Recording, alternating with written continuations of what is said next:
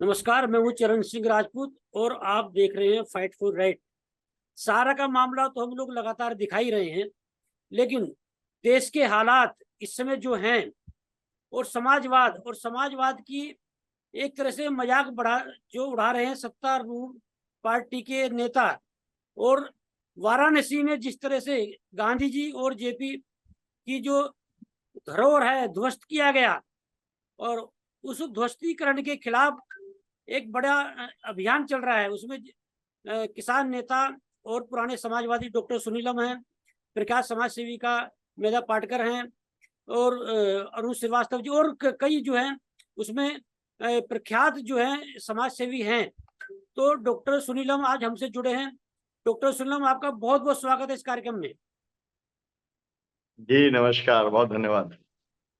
पहला ही प्रश्न है मेरा आपसे कि इस समय आप लोग जो हैं वाराणसी में जो सरकार ने जो वहां पर कृत्य किया, जिस तरह से गांधी जी और जेपी की जो धरोहर है वहां पर और ध्वस्तीकरण किया गया वहां पर, और आप लोग अभियान पे निकले हुए हैं।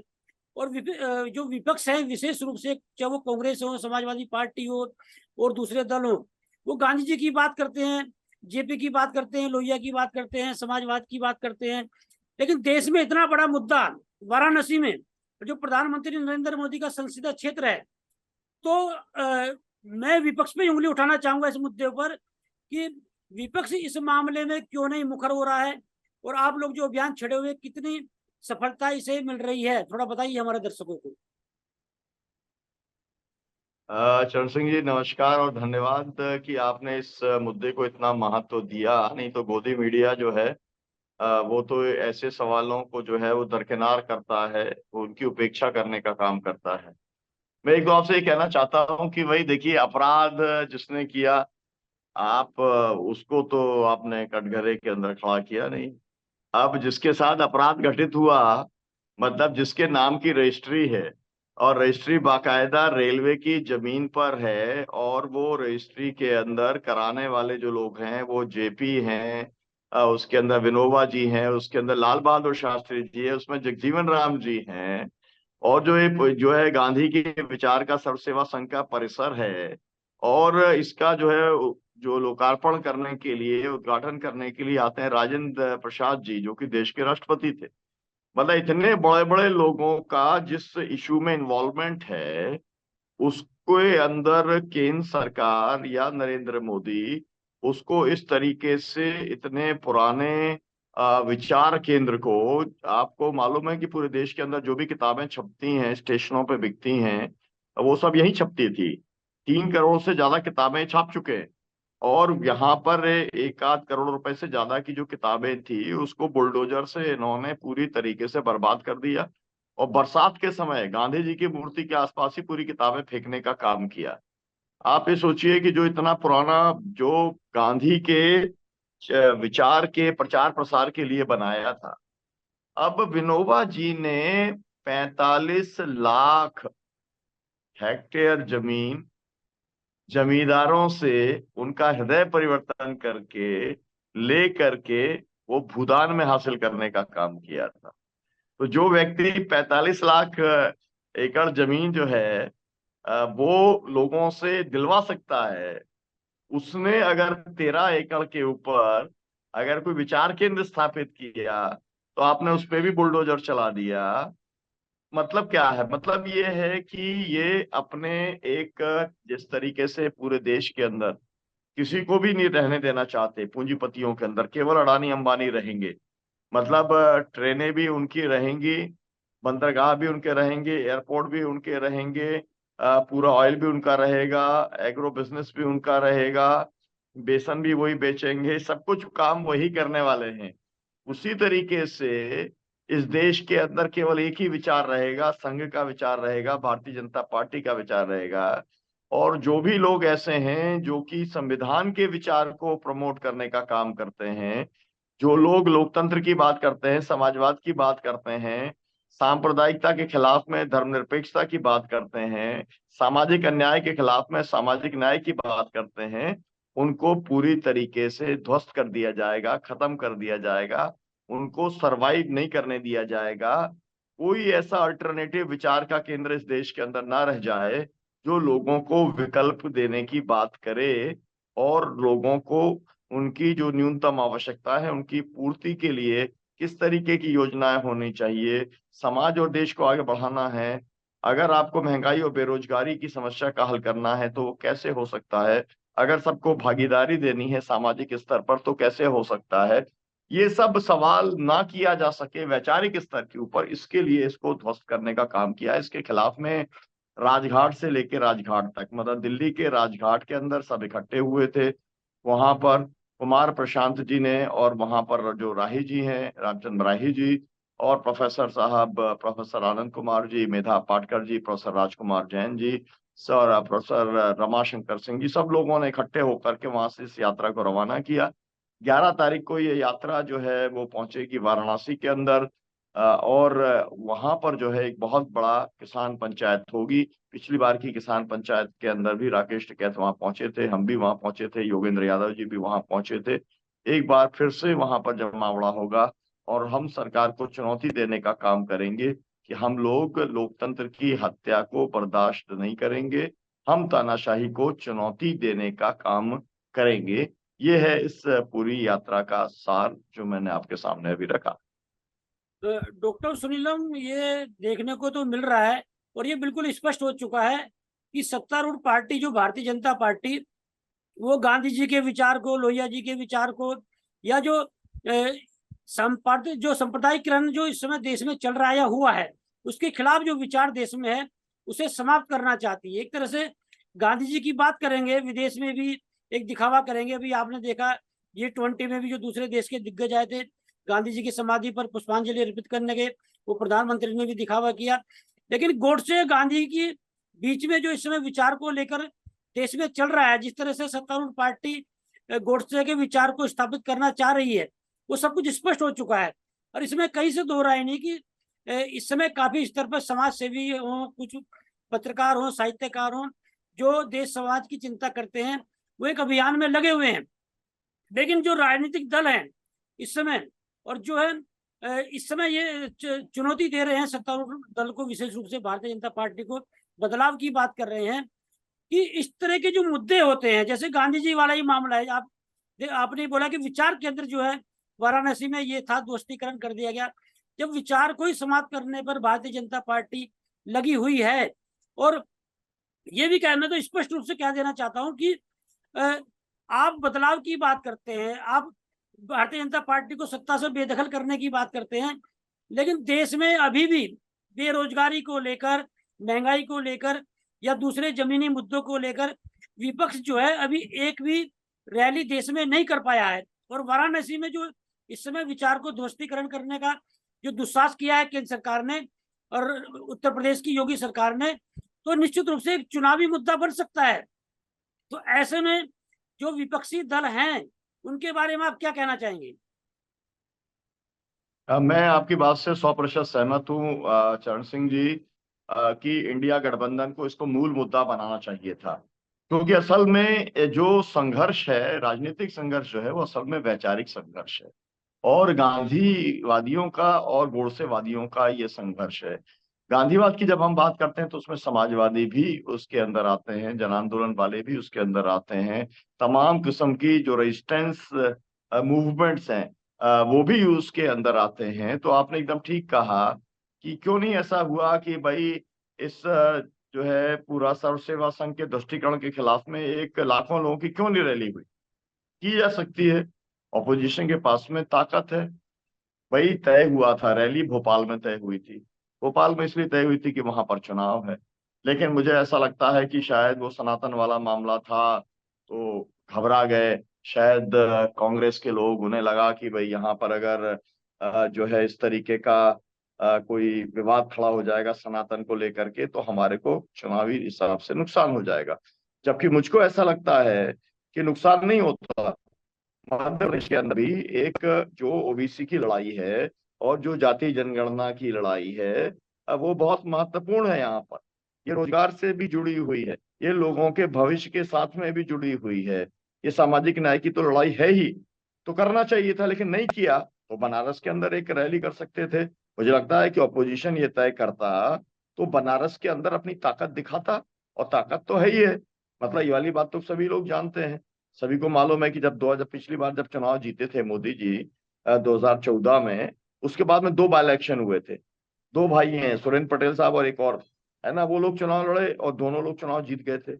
मतलब प्रधानमंत्री के रहते हुए उनके लोकसभा क्षेत्र से उनको 2 विधानसभा क्षेत्रों में हराने की हैसियत यहाँ पर समाजवादी पार्टी रखती है।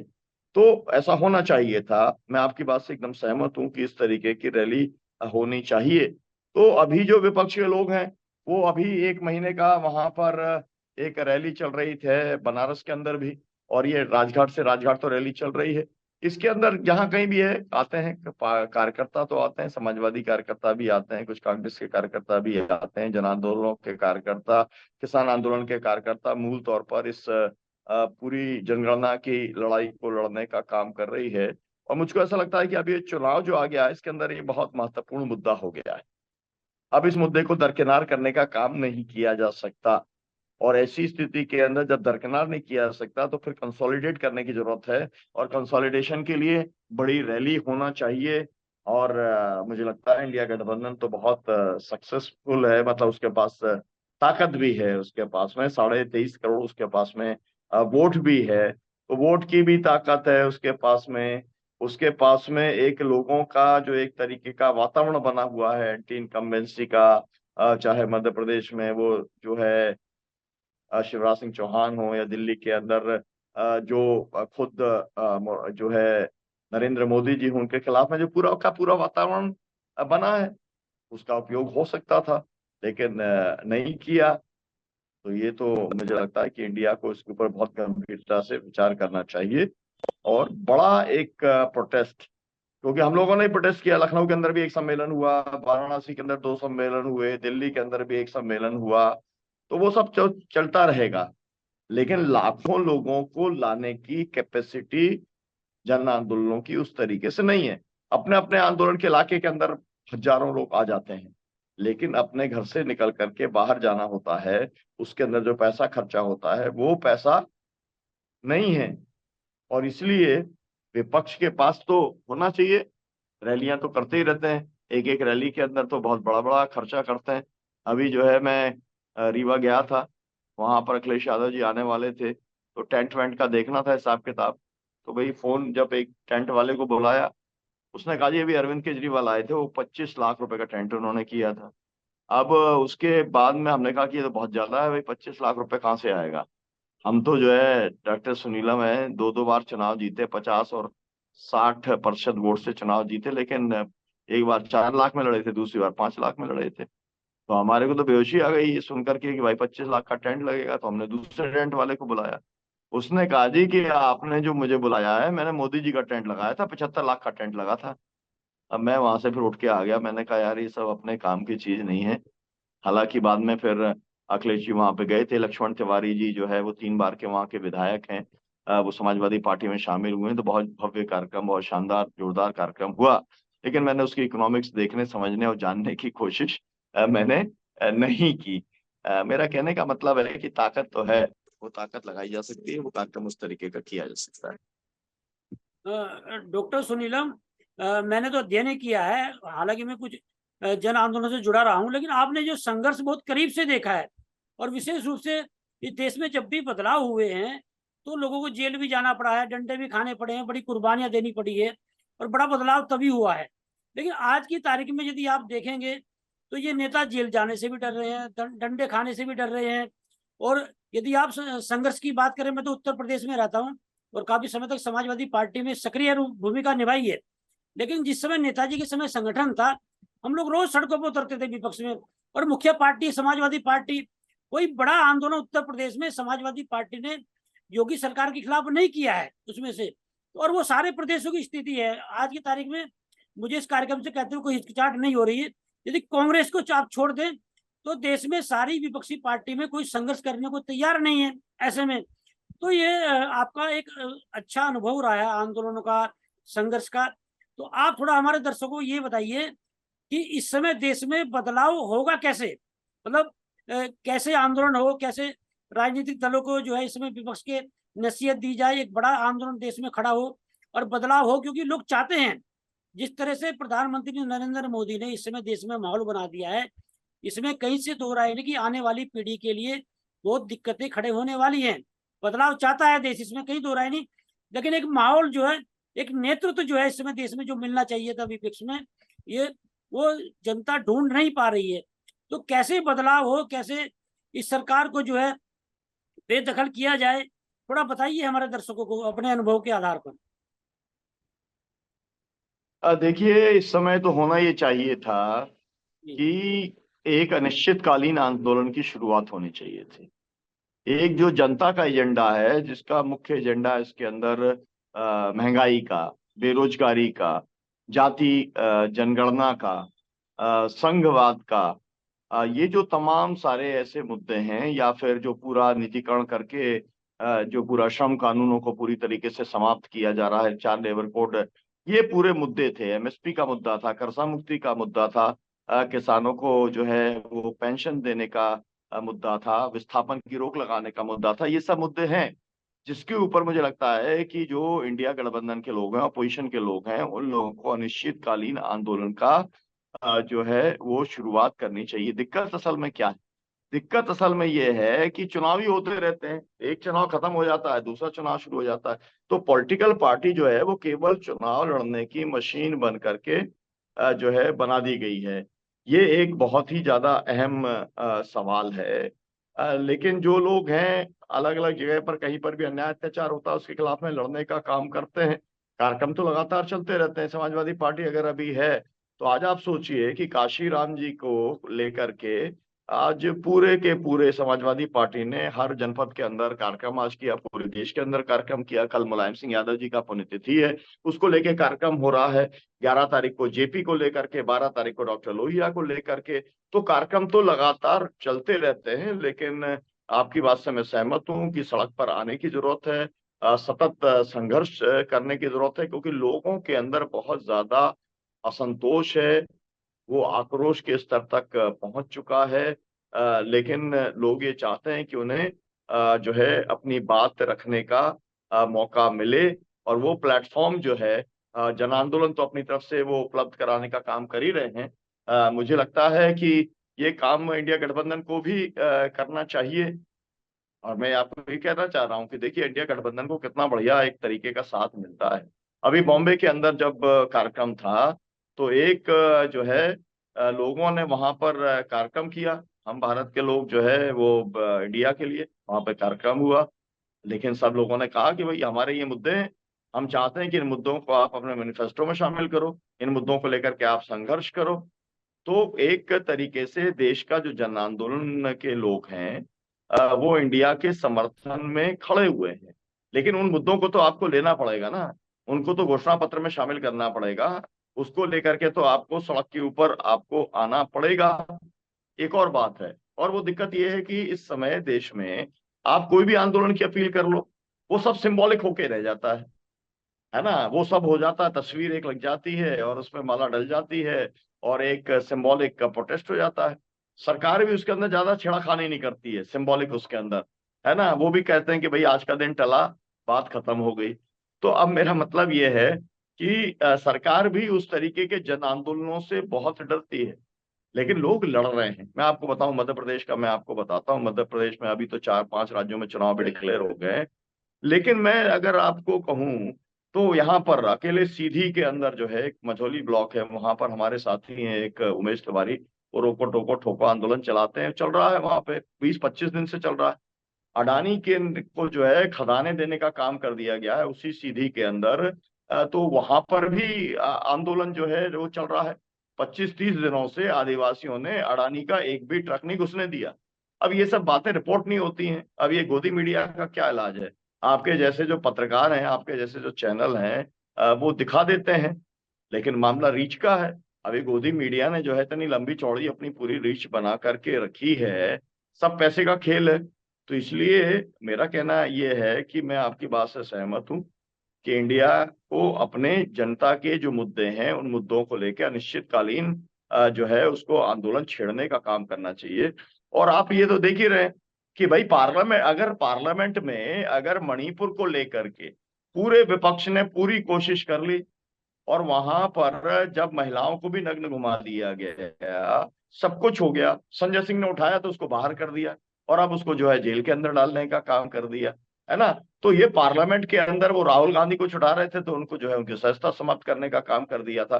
तो यहाँ पर जो पार्लियामेंट जिस तरीके से काम कर रही है, मेरा मेरा तो ये कहना है कि इंडिया को बाकायदा घोषणा करनी चाहिए कि भाई ये पार्लियामेंट के अंदर मतलब आवाज नहीं सुनी जाती है, और इसलिए हम अपना सड़क के ऊपर आवाज करेंगे, सामूहिक तौर पे जो है लोगों को, सांसदों को अपना इस्तीफा देना चाहिए, और जो है एक पूरे देश के अंदर जो है जिसे कहते हैं सड़क गरमाने का काम, देश के अंदर एक माहौल पैदा करने का काम उनको करना चाहिए। क्योंकि जिस तरीके से मोदी जी ने जो सबसे बड़ा अपराध इस देश में किया है, वो उन्होंने हर घर को बांट दिया है।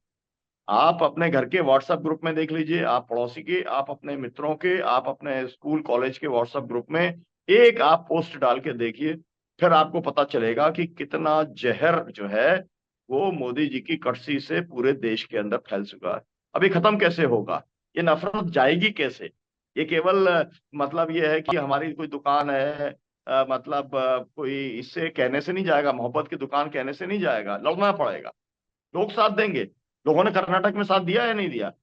मतलब कर्नाटक तो माहौल बहुत ही भयंकर खराब कर दिया था, लेकिन वहां पे कर्नाटक के लोगों ने साथ दिया। अभी लेह का नतीजा आ गया, लेह लद्दाख का नतीजा आ गया, और लेह लद्दाख के नतीजे के अंदर मैं आता हूं कि आपने देखा 26 में से 23 सीट आ गई वहां पर विपक्ष की, है ना। तो मेरा कहने का मतलब है कि जनता तो तैयार है, ये 5 राज्यों के अंदर भी नतीजा जो है वो भारतीय जनता पार्टी के खिलाफ जाएगा, लेकिन इन लोगों को सबको सड़क पे आना चाहिए। और सर्व सेवा संघ का ऐसा मुद्दा था, क्योंकि जिसे कहते हैं ना कि ये एक कुछ तो ऐसा होता है कि लोगों को समझाना पड़ता है।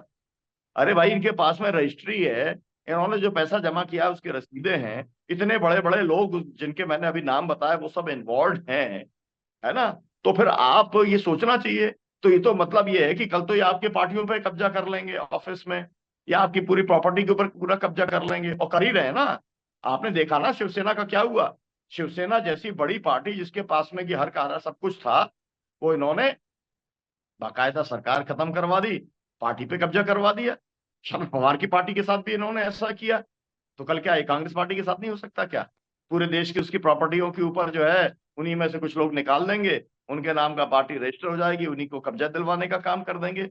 लोगों को समझना चाहिए, बहुत ही गंभीर चुनौती है इस समय, देश का लोकतंत्र खतरे के अंदर है। और इसीलिए किसी भी तरीके की अपनी जो एक जिसे कहते हैं ना अहम की लड़ाई नहीं होनी चाहिए। अरे 5 राज्यों में चुनाव है, इंडिया गठबंधन को मिलकर लड़ना चाहिए।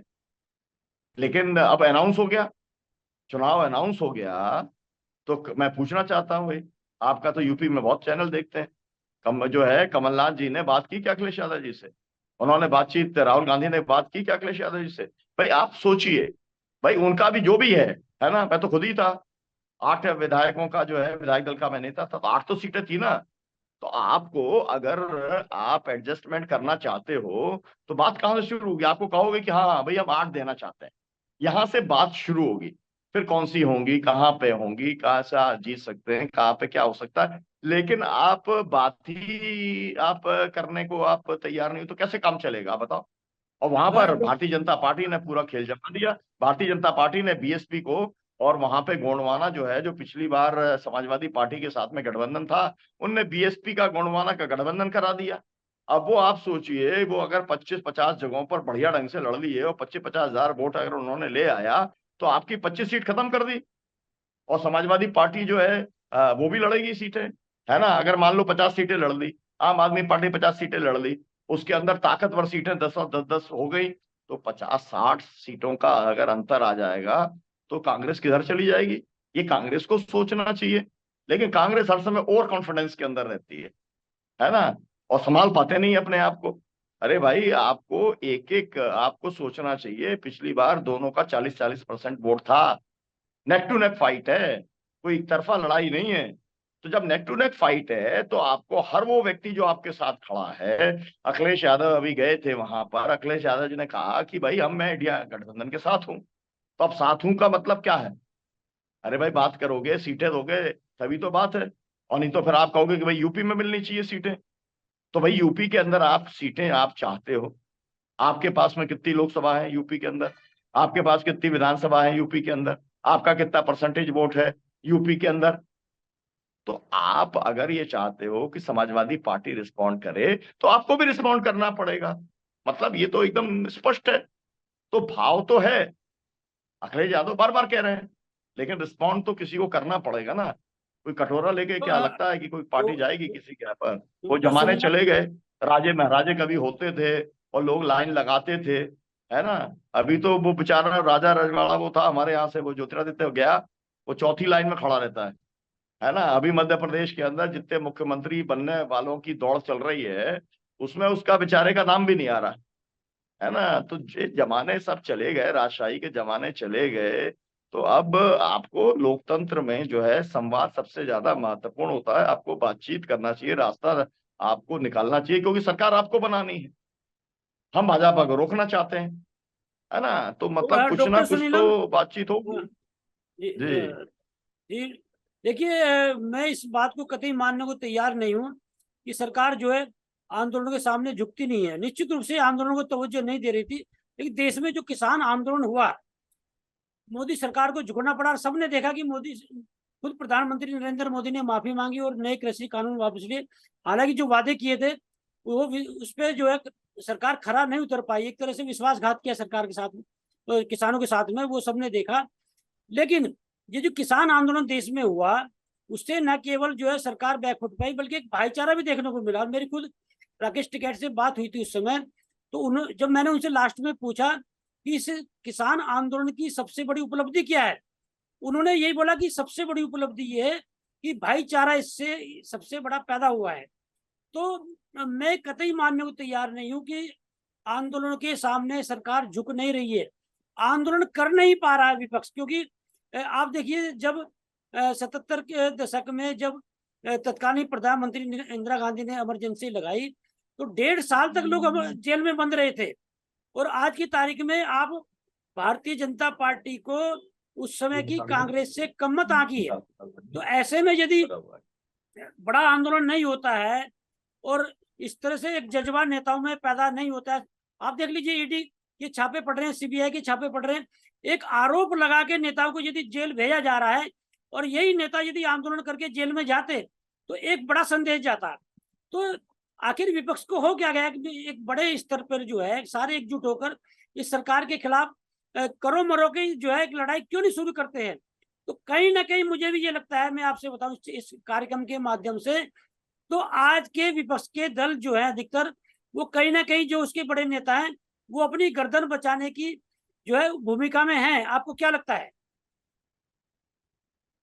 नहीं नहीं, मैं गर्दन वर्दन का तो मैं नहीं मानता, लेकिन मैं आपकी सलाह से एकदम 100% सहमत हूँ, क्योंकि हम उन आंदोलनों का हिस्सा रहे हैं और पूरा जीवन में हमने देखा है कि तमाम सारे सफल आंदोलन करने का काम किया है। तो ये जो है आंदोलन के अंदर इंडिया गठबंधन को उतरनी चाहिए, इससे जुड़ी पार्टियों को उतरनी चाहिए। लेकिन अब तो चुनाव का समय आ गया। अब आप चुनाव के समय कहो कि आंदोलन के लिए उतरना चाहिए, तो आपको मालूम है कि 5 राज्यों में तो कोई परमिशन मिलेगी नहीं। आप छोटा मोटा कोई धरना भी नहीं दे सकते, कुछ भी नहीं कर सकते। और मैं आपको बताता हूं कि अभी जो है 3 अक्टूबर को पूरे देश के अंदर लखीमपुर खीरी के अंदर जो कुछ हुआ था, उसके खिलाफ में ये अजय मिश्रा टैनी की गिरफ्तारी को लेकर के हम लोगों ने पूरे देश में 1,000 जगह पर धरना करने का काम किया। मैं खुद था, मैं 78 घंटे तक, मैं और मेधा पाटकर जी, भोपाल के अंदर नीलम पार्क के अंदर हम लोग वहां पर 1,000 किसानों के साथ। सरकार बात नहीं करती है। अगर समय होता तो उस आंदोलन को हम लोग आगे बढ़ाते। तो मैं तो आपकी बात से पूरी तरीके से सहमत हूँ कि आंदोलन करने वाला अगर तगड़ा आदमी हो तो सरकार को झुकाया जा सकता है। हम लोग लगातार झुकाते रहे हैं।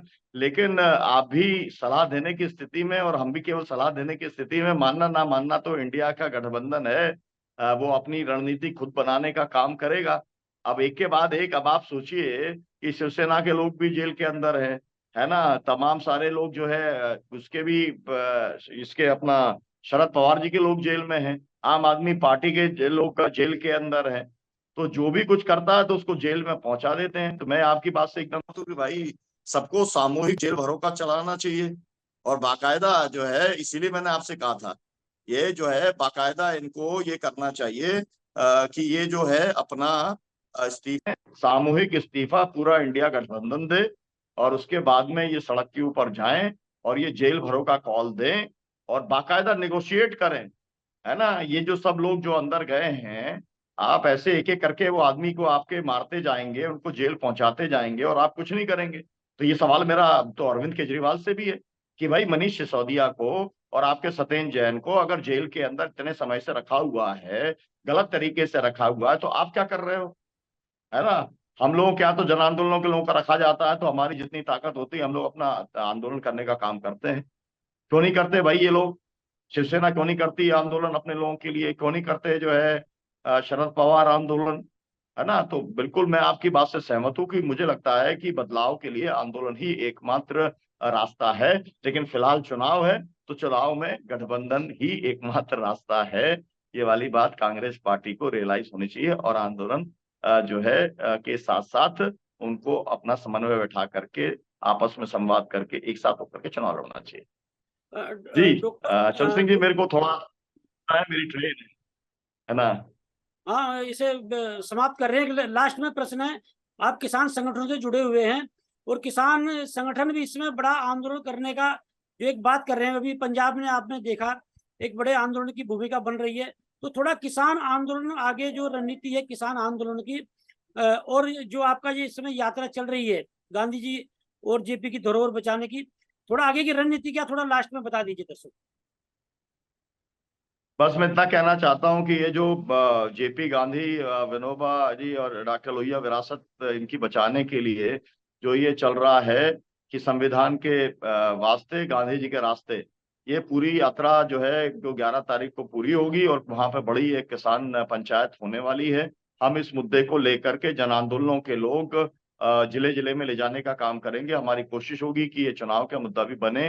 दूसरा, संयुक्त किसान मोर्चे ने जो रणनीति बनाई है, मुझे 5 राज्य का मैं प्रभारी हूँ। 5 राज्य के अंदर जो है, मध्य प्रदेश के अंदर सम्मेलन हो गया, वहां पर रीवा के अंदर सम्मेलन हुआ, फिर 3 दिन तक 78 घंटे का जो है हजारों किसानों का धरना भोपाल में हो गया। ऐसे ही रायपुर के अंदर भी 2 और 3 अक्टूबर को हुआ, वहां पर लोग जो है घेराव भी किया गया और उसके पहले रायपुर के अंदर वहां सम्मेलन भी हो गया। महाराष्ट्र के अंदर भी सम्मेलन हो गया और जो है आसाम के अंदर भी सम्मेलन हो गया। केवल एक गुजरात है जहां पर केवल मीटिंग हुई है, वहां पर भी जल्दी सम्मेलन होने वाला है। तो पूरे देश के अंदर हम लोगों ने अब क्या काम किया है कि हमने पूरे देश के अंदर जो हमारा संयुक्त किसान मोर्चे के साथ जुड़े हुए किसान संगठन है, उन सबके हमने सम्मेलन भी अपने कर लिए हैं।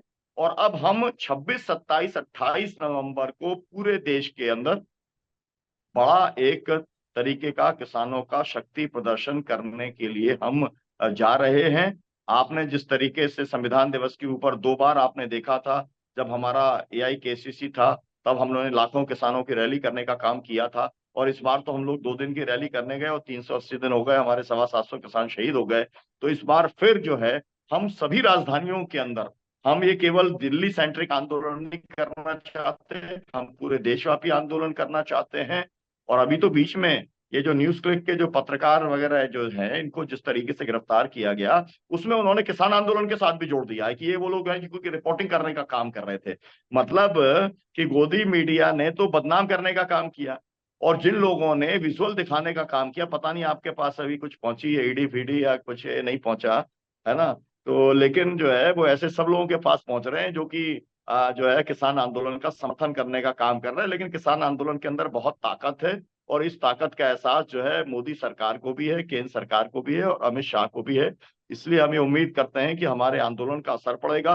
MSP की कानूनी गारंटी को लेकर के, किसानों की कर्जा मुक्ति को लेकर के, हर किसान परिवार को 10,000 रुपए प्रति माह का किसान पेंशन को लेकर के और कृषि भूमि के अधिग्रहण की रोक लगाने के मुद्दे को लेकर के हम पूरा एक बड़ा राष्ट्रव्यापी आंदोलन आगे वाले समय में हम खड़ा करने की स्थिति में होंगे, जिसपे पूरा देश रिस्पॉन्ड करेगा, पूरा देश जुड़ेगा। ये हमारा प्रयास है और हम उम्मीद करते हैं कि इंडिया गठबंधन इसका समर्थन करेगा। डॉक्टर सुनील, बहुत बहुत धन्यवाद आपका हमसे बात करने के लिए। नमस्कार। बहुत शुक्रिया आपका।